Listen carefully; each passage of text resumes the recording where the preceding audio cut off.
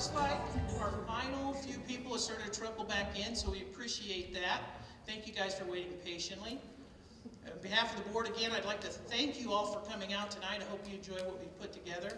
We're going to have some panelists up here. Mr. Hogstett's going to come up and be the mediator. But what we want to have this happen is we want to have this go viral. So I'm going to do something that they tell you not to do in theaters. Take your phone out, please, if you have one. She's got one, guys. Come on. All right. So we've got a hashtag. For those like me that's not 100% sure what that is, that's a way of tagging things in social media. So pick your favorite social media, whatever it is. Facebook, Twitter, Skype. I'm not sure what that is, but fine. That's what we're going to call it, okay? So take your phone out, and I want you to type something for me. All right? So put your... buffering. You're bossy boots. I am, thank you. All right, so get your glasses. All right, we're good. Hashtag, for those like me that don't know what that is, that pound sign on the old phone there? Or if you really don't know, it's the tic-tac-toe thing? Okay, hit that for me. Capital C, O, M, P, L, E, T, E, capital I, N, D, Y, capital K, capital S. We should have that one down by now. And that's our hashtag. Hashtag Complete Indy KC. KS, thank you.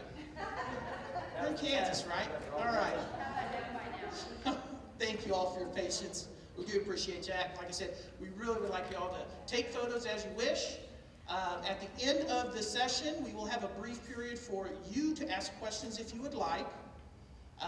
Again, that depends on how late we end up going tonight. We've got to get the kids home, you know. So with no further ado, I'd like to introduce our infamous city commissioner. I know I was going to do that to you. Gary Hogstett. Applaud for him.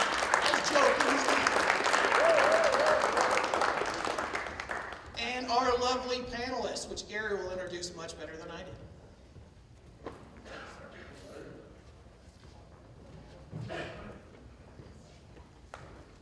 Welcome, everyone. Thanks for coming tonight.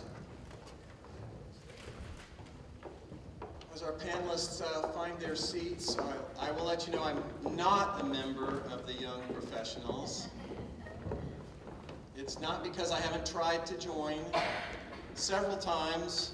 I don't know what the giveaway is exactly, but they say I'm not close enough to 40-ish, being 60-ish. I am way younger than Jerry Bright, though. I will say that right. So, I'd like to start off by asking each of the panelists to introduce themselves. And what I'd like you to do is give your name, your occupation, and then tell us whether you were born in Independence, and if not, how long you've been here. Can we just start down on the far end and work our way across? Hi, Brett Kelly. I'm originally from Independence, moved away, came home and started a business. I am an owner of a business downtown called Kelly Spine and Sport. It's a chiropractic clinic. My name is Ashley Newland. I was born and raised in Neodesha, Kansas. Moved away to Wichita for a few years, came back, and I've been working in Independence since '08, but just recently moved over here this summer. And I'm a CPA and partner for Yerkes and Michelle's. My name is Brittany Thornton. I'm the Director of Admissions at Independence Community College. I'm originally from Kansas City, Missouri, and we've been here about 7 years. And I'm Shelby Demo. I'm originally from Cherryville, Kansas. I was raised there, went to school at Pittsburgh State University, and then came back to Independence to raise my family. And I currently work at Grassroots Design Group as a graphic designer. Hi, I'm Trevor Bruning, part owner of Mega Excavating and Trucking, and also a rancher here. Been here since I was born, never left or anything. I'm Jocelyn Kuziak. I am the owner and lawyer at Kelly and Kuziak Law Office, LLC. I moved here when I was 12 and then graduated from high school, moved away for 9 years, and I recently moved back. Hello, my name is Derek Reyes. I'm a cost accountant at Powerflame Inc., which is in Parsons, Kansas. I've lived here since I was 7 years old. I'm Brett Burskins. I was born and raised in Independence and recently moved back, and I'm a sales representative for Hugo's Industrial Supply. Tim Haynes, I'm a lab manager at Fab Lab ICC on beautiful Independence Community College campus. I would say that I married into this community. I grew up in Lawrence, Kansas, but my wife was pretty much born and raised here, and we met in college and have lived here since 2013. All right, thanks everyone. Now, I'm just going to review, some of this has already been covered, but just a few, this is just raise your hands and let me know again. So who left here for college and has returned after college? Just show me your hands. Okay, so a few of those. And then those that left and returned, who worked elsewhere for a while? Okay, seem to have a consensus there, all right. And did anyone move to Independence because they had a great job opportunity here? Okay, great, thank you. And we already heard a couple of your business owners, I think, Brett, and so we've got 2 business owners? 3? Yeah, 3 business owners, thank you. And how many of you have?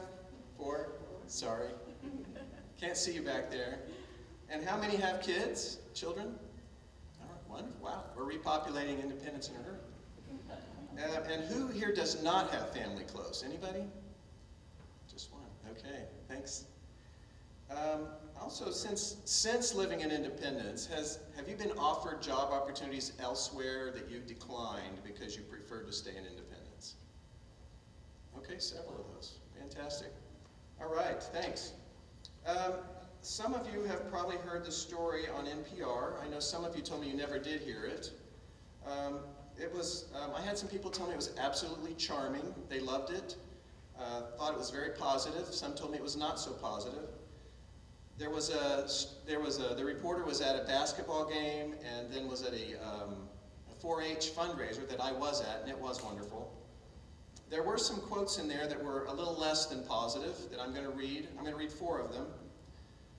Number 1, Independence, Kansas, a town with a rich past and an uncertain future. Number 2, what keeps this small town hopeful when many of its good jobs are gone?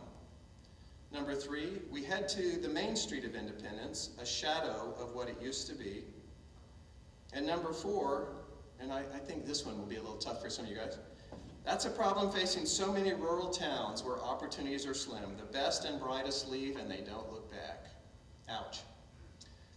Like I said, I've had some people say it was very fair and thought it was accurate. Some actually told me they thought it was very positive, but I've heard some say that it was a little heavily on the negative side.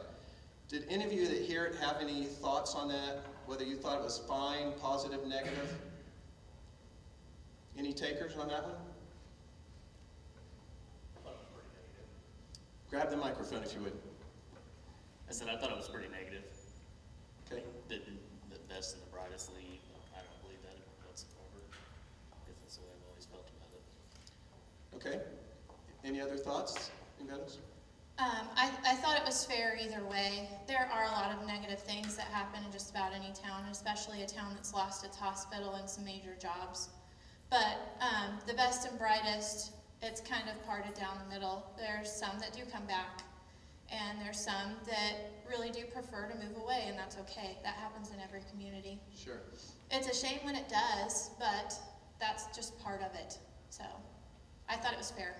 Great, thank you. Tim?